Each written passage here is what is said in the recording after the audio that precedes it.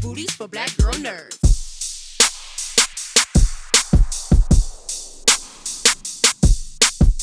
I am really excited to talk with you guys about the show today because it's funny, the movie itself was just a little bit before my time. And so, but all the tropes and the different memes and what have you. And so I really like being able to kind of see it now with this kind of eye on it. I wanted to start with you, Josh. There's kind of an ongoing theme of control, and whether it's losing it or trying to have it or needing to cede it to someone. We see Dan tell a story about his dad not going through driveways because he didn't have control. It's just this very thing. But then we see him get involved in this very kind of torrid affair. Do we think that Dan kind of has an internal rebelliousness to all things his dad, or does he really think he's in control? I think that's an excellent question. So I think the answer is yes and yes. So I think, yeah, he's absolutely in rebellious, but really in competition with the image of his father, right? And I think that's very typical in men, right? That the father image is the dragon that we need to slay to become our own man. And then I also think there's a certain kind of personality that is attracted to the thing that is most destructive to them, right? Mm-hmm. And for the kind of guy who has gone through, he's one of those guys who's like gone through his life on the program, right? Went to the right school, married the right girl, had the kid, got the right job, and everything has been, I'm building to this place, I'm building to this place. So what is the most intoxicating, sexy, dangerous thing, right? It is that volatile element. And for me, where we meet the character is in this place where his ego, for the first time probably in his grown person life, doesn't get exactly what it wants in the time frame that it wants it, and he doesn't know how to not be that guy. And so what I see him as is like somebody, he can't, all of a sudden the support of his family, particularly of his wife, feels cold and foreign to him because she sees him as something that he doesn't see himself. And so he looks outside of his marriage, right? And even outside of his friend group, and he looks for something new to flatter him in that little broken space. And, that examination of it's kind of where we are in the culture right now. Like that examine of white male fragility, I find really interesting, right? Mm-hmm. You have he has this, I have this self-conception of like where I fit into the cosmology of the world. And the second that the bubble doesn't even get burst, it just gets like blown off course a little bit, and right. He doesn't know where he is, right? And he has this outsized reaction to it and grabs onto something that is the single worst thing that he could do, right? He reaches out for something that is guaranteed to burn him, and he doesn't even know that the partner that he's chosen in this action is like the literal worst combination of two elements that he could choose. And then the story unfolds from there. So I think that's a really deeply insightful look. Thank you. But yeah, I think the answer is yes and yes. I mean, he's destroying himself in the competition with the image of his father, and also without being able to really see himself. He can't actually he doesn't have a good idea of who he truly is. What you're saying also, right. I think is really true that, I did everything right, and so I'm owed this, right, which is a definite white male privilege thing. And when you're not given what you perceive as something you are owed, which the rest of us, the rest of the world who aren't white guys are kind of used to that feeling in varying degrees. Yeah, we're not dealing well with this, by the way. But then you want to act out, right? Yeah. And just be it's really immature how he reacts to not getting what he wants, and it's just the biggest version of a tantrum. Well, Lizzy, I wanted to ask you because Alex is such a particular character, and she has been kind of portrayed in a very specific way. Was there anything that you wanted to make sure you portrayed in Alex, or maybe even the way that she came out, that maybe the movie just didn't have the time to, or was it in the right time to really kind of acknowledge it? Again, everything you're asking is how we've answered every other question. It's kind of amazing. Yes, there wasn't room in the film, both time-wise and the times-wise, for Alex to be examined in a more compassionate way. She's the villain. That's it. It's like black and white. He's the good guy. She's the bad guy. That's it. I don't think, I mean, if that was the version of the story we were going to tell, it would be a very long 8 hours. We have time to try to see why she does the things she does. What makes her tick? What gets her to a place where the decisions that she's making feel like the right decisions for herself in that moment? And it's just so, it's like endlessly fascinating to me because Glenn Close did all of that work in that film. And I really believe it's right there on the screen if you're looking for it. She's given countless interviews about how much of a deep dive she did into Alex's mental health. But the movie really didn't require it. The audiences at the time didn't require it. And the movie somehow works on both levels. I don't really know how. Like, if you're looking for all of that careful work that Glenn Close did, it's right there. And it's astounding, like, how impressive it is. And if you're not looking for it at all, the movie completely works as well. Right. Yeah. Well, the series definitely works. I'm kind of right in the middle of you two, both age-wise. And so I'm like, the story being told from people in my generation, partly I feel like old, but then the other part of me has my glass of Chardonnay. And I'm like, let's get into it. You and me Thank both. you guys so much. Thank for taking you so Thank much. you for those questions. Yes, take care. Hi, Stacy. Hi. I'm very excited to talk with you about this series because it is wild in the best possible way. I wanted to start with you, Alyssa. I wanted to ask you how you define the connection of the Carl Jung kind of story, the side story that you're annotating, to the storyline that we're going through, and particularly with Ellen. There's so many layers to that. It's so cool. I think that Ellen has always been an observer of people in general. But have you seen all 8?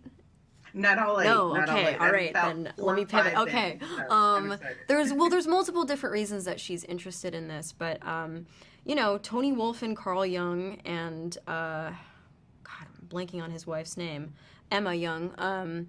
They had a really interesting arrangement that completely mirrors the affair, and so I think that it's sort of this gift that she's able to learn about her family by studying this person that she really reveres. And I think just as like a storytelling device, I think it's a really interesting thing to have her always listening to, I don't know, as an audience member, like watching the show, if you pick up on the words. But it's truly, I mean, like if you read Tony Wolfe's, 4 archetypes of women, there's so much, like you can archetype every woman in this show by her archetypes of women, and everything that Ellen's listening to directly correlates with everything in her childhood. So, it's an interesting thing to wonder if like she would have been led to this in general because that's part of the curriculum of a grad student, or if she's specifically focusing on it. But I just think it's a great way of telling that story. It's all very real too. Yeah, I thought so too. There was a lot of it where I was like, oh wait, this is important, I should be listening to it. There's multiple layers to it as you keep watching too. And Amanda, Beth is kind of in an interesting position because you're working with Vivian, with young Ellen, and then with Alyssa for older Ellen. Can you tell us kind of the differences between their performance in relationship to what Ellen as a character has been through? So more like with young Ellen, there's like this innocence, and of course a lot of that gets lost. So what changes have happened in Ellen because of what has happened to her dad? Well, I think part of it is just like you said, when your daughter becomes a young woman and you can't pull the wool over her eyes anymore. It's quite an awakening, I think, in most mother-daughter relationships, even those in which there hasn't been a tragedy like this, like a betrayal like this. But so it was just all very familiar for me because I have 2 teen daughters and then I have an 8-year-old. So it was very familiar to go back and forth between those 2 kind of, I don't know, maternal personas. Right. Well, I really enjoyed the interesting thing where Dana was kind of upset with Beth saying, you kept her from me. And she was like, you told me to, Do we think that maybe there was a little bit of pettiness on Beth's part, or was it something where she was like protecting in Wait, her did you own say way? pettiness? Yes.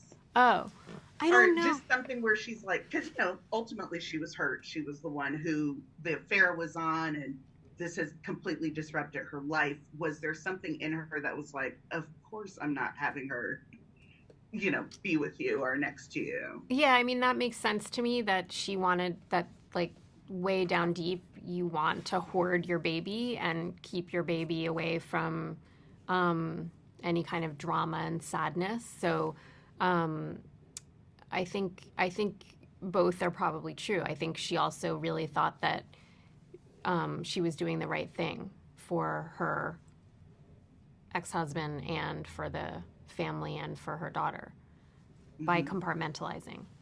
Yeah. Wouldn't be my choice, but it makes sense, I think. Well, she definitely goes through a lot. Both of you do, and you both explore it so beautifully on screen. There's so much empathy that comes out of us as viewers, and I cannot wait to see what's next. I'm really excited. Thank you. Thank you so much for taking time to talk to me. Thank you. I won't be Hello, ignored. my name is Stacy Bond. I am with Black Girl Nerds. Hey, what's up, Stacy, Black Girl Nerd? Hi, Stacy. I follow you on Love Twitter. it. Oh yeah. And my I peoples. am really excited for more people to see this show because it is absolutely wild. Oh, good. Right? Glad you like Right? In a good way, in the best way. Good. I wanted to start with you, Toby, talking about Mike. What do we think is the reason behind him needing so badly to help Dan prove his innocence? What has kept him obsessed with this case for so long? Because you didn't stop him from doing it in the beginning. That's No. what it is. No? No. Mike believes his friend. He believes his friend. They're old friends. He believes the guy. He knows what's in his heart. And yeah, he made mistakes, but he's not a killer. And Mike will go to the grave, his grave, believing that. No matter what Brooker says, no matter how it turns out. That's his friend. Yeah, I like Well, that. I do love that he, went so far as to give him free room and board in his mom's house. Sure. He's like, I He had to believe do this something. Mom had an extra room. He also stayed behind his friend long enough to end up in his mother's garage. Right. Yeah. So, he went down with them, so Yeah. to speak, in belief. Exactly. So that's something to be said. Yeah, because Yes, I he's look. all in at Yeah. any cost. All Yeah. in, yeah. Rena, I wanted to ask you about Mr. Earl Booker and Yes. specifically his hateful/helpful relationship I love with it. Dan.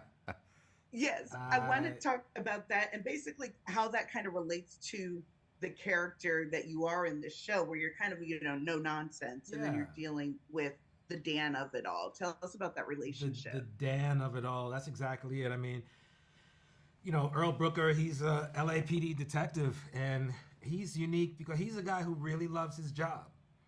I think Earl Brooker really loves people. He loves picking up on social cues. He loves personalities. And he also is a fan of the law and doing his job correctly. So all of those things kind of come together with this case, right?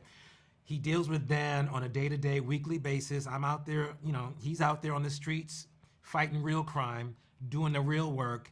And after doing all of that, he has to come to this office of these people in their suits and whatever and beg them to try my case, to make it valid. All the work that I've done in the street, I think even at one point I go to him, I'm like, could you please, try my case? And, in the way he looks at Dan, he has a chip on his shoulder and, he's feeling himself. So when the case is presented to him and he finds out that Dan is a suspect, he's like, oh, I'm gonna get this dude. And It's that's like, what he right, does. I love. And then years later, when this guy comes back as like, he tries to plant these seeds of doubt in Earl Brooker to make him rethink the case. And, Because there's a lot of doubt. We got to get him on our side. yeah, and It's Earl's not easy.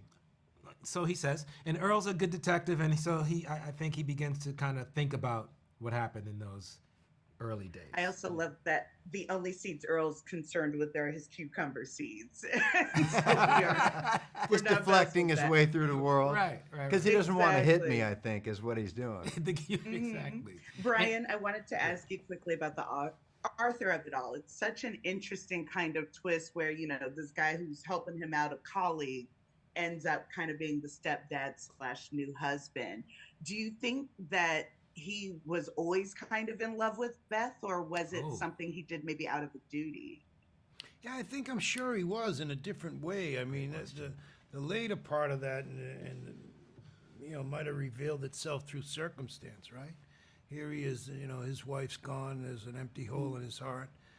Her husband's doing life for a murder that's committed. There's a hole in her heart.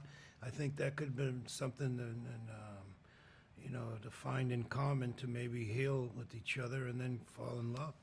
I mean, that's the way I would have to imagine that, to come through with the information on the page, That's a great question, because I know if something happens to me, I know who in my life my friends are going to be like, hey, to my wife. So sorry about what happened to Reno. You're I like think taking he'd number. want me That's to why you do- got to stay in good health. Yeah. The knock on Thank the you guys door. so much for taking time to talk with me. The No, show thank you. Thanks, Stacy. Thank you very Thank you. much, Stacy. Appreciate it. exciting. Take care.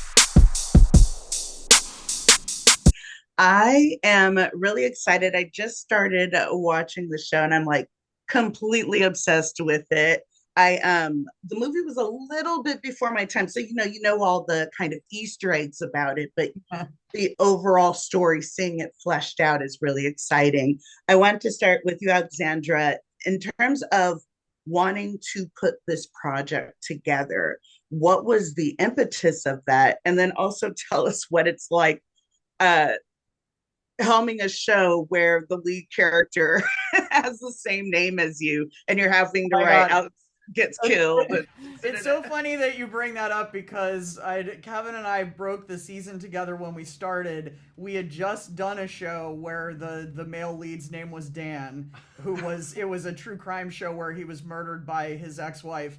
And obviously my name is Alex and his wife's name is Beth. And so when we started, we were like, okay, we're probably going to change those names, but that's pretty important, so we're not going to talk about that right now. Totally aside, we had not asked the studio if they were okay with that, but we were like, clearly this cannot stand.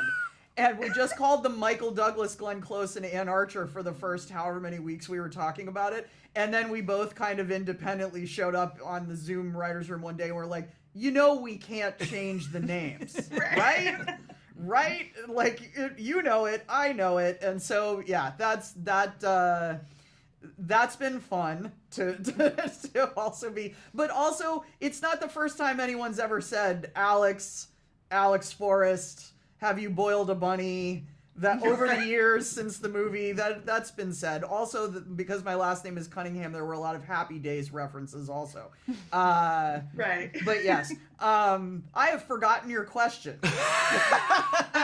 Basically, just how did you even get involved? Oh yes, with, I'm sorry. them? A very simple question that I forgot. I was lucky enough to have Paramount ask me. I think maybe because I have things on my resume like Desperate Housewives and Dirty John and, a certain kind of heightened storytelling that maybe made people think that I might be a good match for this. I immediately thought, no.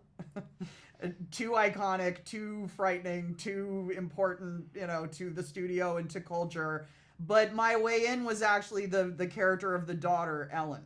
Because going back to watch the movie before I thought I would say no, it was so interesting just thinking how all of these events would have resonated with a child and what it would have taught her about love and marriage and trust and relationships. And I thought to myself, I'd like to see that in her as a young adult. How did that play out? Kind of the consequences of the consequences. And everything else kind of flowed from there, in addition to having read a lot of interviews with Glenn Close talking about all the psychological work she did to build out that character, which is not fleshed out like that on the page. And you can see all that work in her performance, and it's just so smart and so heartbreaking to me. And that it was dismissed as sort of, psycho performance. Right. To kind of want to honor that with a deeper dive and with an actress that I just think is, as smart and amazing and holistic in her approach to characters as Glenn Close, which is Lizzy, who I wrote this version of Alex Forrest for. Now, real quick for Kevin and Silver, I know we had some Easter eggs from the movie that made it into the series. Can you tell me about kind of your favorite ones that you may have suggested? Go for it, Silver. I think I was even curious as a reader how Alex and Kevin were going to handle the bunny of it all, because that was I was on the younger side. I probably maybe shouldn't have even watched the film in a theater, the original. But that moment of the bunny on the stove was just something that's just been seared into my development. So I was excited to see that homage, and I really don't want to give too much away, but I think the relationship between Alex and the bunny is different enough that people will feel like it's a new time, but they'll feel satisfied. And Kevin? I agree. I mean, the bunny is my favorite part. I will say that. I'm just gonna die on that hill. We have a bunch of Easter eggs, but to me, the way Alex came into the room when we were in the writers' room and pitched the bunny, I was just like, wow, this woman is brilliant. I will say that out loud that it was my idea, but it really wasn't. It was Alex. There we go. Just taking all the credit. I love it. Thank you guys so much for taking time to talk with me. It is a fantastic series, and I really hope that it gives kind of a new life to a project and maybe a different way to kind of look at it. So I'm really excited. Thank you. Thank you.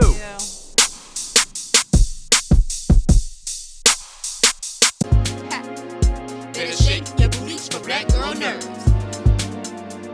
Better shake your booties for black girl nerves.